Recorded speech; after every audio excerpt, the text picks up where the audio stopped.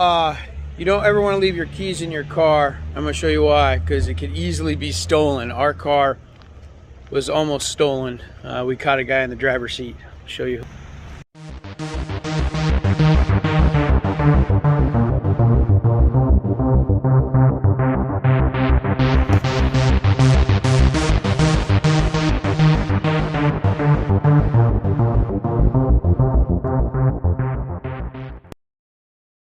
All right, hey you guys, it is Mental Health Monday and I am still on the road.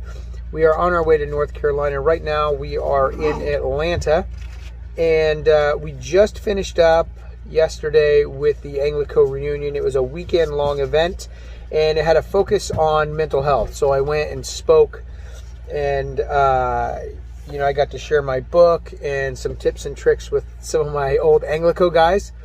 Which, if you don't know what Anglico is, man, it's time for another video. Check it out. You can Google it. It'll tell you all about the unit that I was with. It's really cool. But I got to be honest, man, I was really nervous about talking in front of my guys. You know, these are guys that I served with. Some of these guys were from what we call the old breed. They were the old school Anglico guys from the early 90s that served in the first Gulf. You know, some of them were from the original Subunit 6. So some crusty old dudes were in there, man. And so I'm like, who am I? I was literally the youngest Marine there. No joke, youngest Marine there. And what am I going to tell these guys about mental health? You know, these are my guys. And so definitely was feeling very overwhelmed and had a lot of anxiety about it. And I remember the night before I was speaking, I sat with Holly and I was like, I feel sick to my stomach having to do this tomorrow. And I was prepared, you know, I do these speeches all the time. I knew the subject I was going to talk about. I had the material down. You know, I was definitely prepared. It just was really difficult to speak in front of these guys that I knew and I respected and that I was friends with and that knew me personally. And, some of the old school guys that I didn't know, but we're all part of the same unit, you know, the same heritage. And so it was very, very overwhelming for me, and I didn't want to do it. I wanted to just be like, nope, fake an injury and be like, sorry guys, can't speak. But, you know, I did it. I spoke, and I was nervous, but I did it, and it was really well received, man. I'm so surprised on how well received it was. I'd say 90% of the guys that were there came up to me afterwards. A bunch of people bought my book, which was really cool. But about 90% of the guys came up to me afterwards and talked privately to me about mental health issues, either that they were having or a family member was having, or, you know, an incident that they had recently experienced regarding trauma. So, man, it was really, really cool to see that impact that I had on these guys. And, man, I'm so glad that I didn't chicken out and that I talked about it, and I was, you know, very open about my own experiences and the shame and guilt, you know, that goes along with that. Because I think that really opened up the conversation for these guys to be able to have in their own lives about, you know, some of the things that they struggle with, and that same kind of shame and guilt that follows all of us around. None of us escape that, you know. Even Chris Kyle didn't escape it. You know, you look at his book. He talks about that. He talks about, man, if I could have only done more, if I could have done more, I could have saved more people, or I should have, you know, done more missions. And even he felt like he could have done more and had regret. And we can look at a guy like that, you know, Chris Kyle, the American sniper.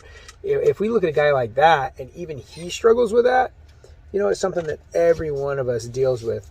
Most of us just deal with it privately.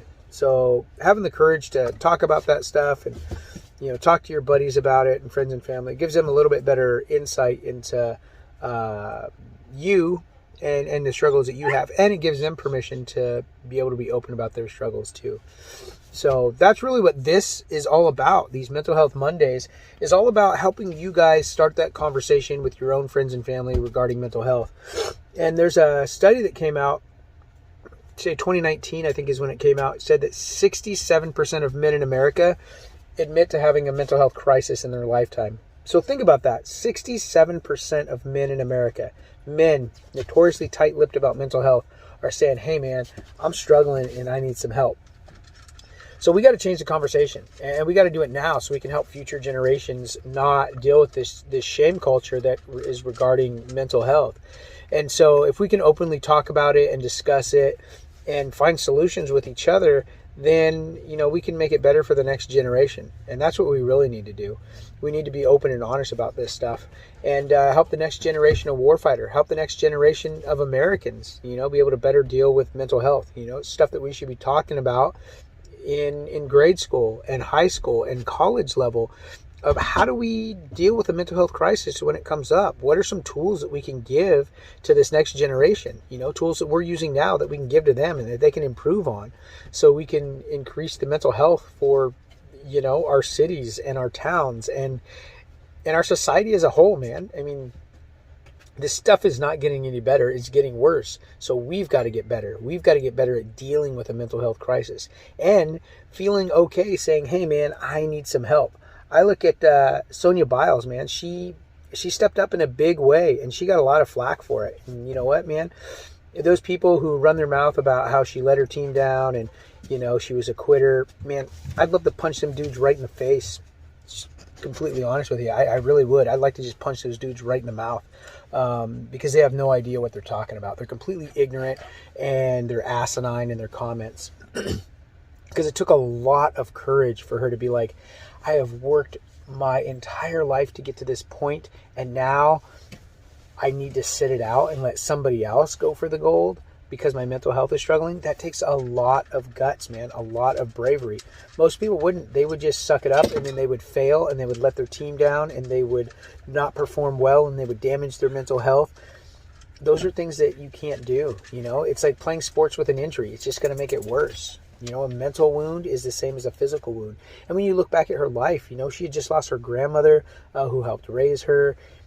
She was struggling with a lot of things. And if she would have went out there and performed and not been in the right headspace, she could have really gotten hurt and then let her team down even more. The way that she did it was totally honorable. She said, hey, I need a timeout. I can't deal with this right now. I have an injury, and somebody else needs to step up. And her teammates did, man. They stepped up in a big way, and they killed it out there. They totally crushed it.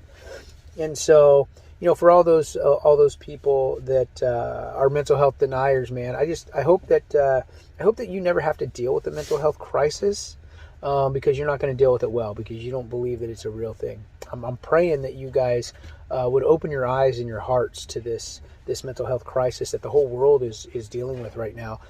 And that you would see that it's a real thing, man. It's a real injury, and these people aren't weak. They're not faking it. They need real help, man. They need compassion from you, and they need some grace and some space so they can heal. Healing is their responsibility, but you don't got to be a chump about it, man. You don't got to make it harder on them, because I tell you what, man, I've had some guys say some pretty derogatory things to me in the past, and it took everything I had not to just dust these dudes, man. And I could do it. I'm a close combat instructor for the Marine Corps, man. There ain't too many dudes out there that could beat me in a fight. And it took a lot for me not to just put these dudes out when they run their mouth like that. So, it wouldn't have done any good. It just would have had them dig their heels in farther, what they think about mental health. But I talk about that in my book, kind of the 3 mental health camps that I see out there. We have the denier camp, which is who I was just talking about. You have the victim mentality, and you have the silent majority. And so I don't have time to go into that in this video. Maybe I'll make another video about that. But, if you got the book, take a look at that. Take a look at those 3 mental health camps, man, and find out which one you're in and how do you progress out of that, And if you're in that silent majority, how do you stand up and say, hey, man, I'm struggling, but I'm surviving and I'm striving. Because me, man, I deal with mental health issues on a weekly basis. I wouldn't say it's a daily basis, but I can't remember too many weeks in my life where I didn't struggle with some depression or some anxiety. And the app that I created actually validates that. I use the app that I created, the Q Actual app, and I track my mental health, and I can see that. I see that every week. It gives me my weekly, monthly, and year-to-date of how I'm feeling. And I can see that, man. There's not a week that goes by that I'm not struggling in some way with some sort of mental health issue. And I think that's a lot of us, we just either don't recognize it or we don't want to talk about it. So the first thing is to find a small group of friends that you know and you trust, and you can just say, hey, man, I'm having a rough day today. Pray for me, or just let me chat with you for a minute about it. They don't got to solve your problem, but it just makes you feel a lot better if you can just get it out, and it takes that shame away from it. So, and if you have somebody in your life who is struggling with mental health, man, you got to give them grace and space to heal. You know, help them. Be an encourager. Don't take shots at it, man. So that's what I got, you guys. That's Mental Health Monday. So start the conversations in your own life, with your wife, with your kids, with your friends, your family, whoever it is. You know, start talking about mental health and finding solutions. And when you're not feeling okay, man, just let people know. It's not a sign of weakness, man. It's a sign of strength. All right, Sergeant Q, and that's Mental Health Monday. You don't ever want to leave your keys in your car. I'm going to show you why, because it could easily be stolen. Our car was almost stolen. We caught a guy in the driver's seat. I'll show you.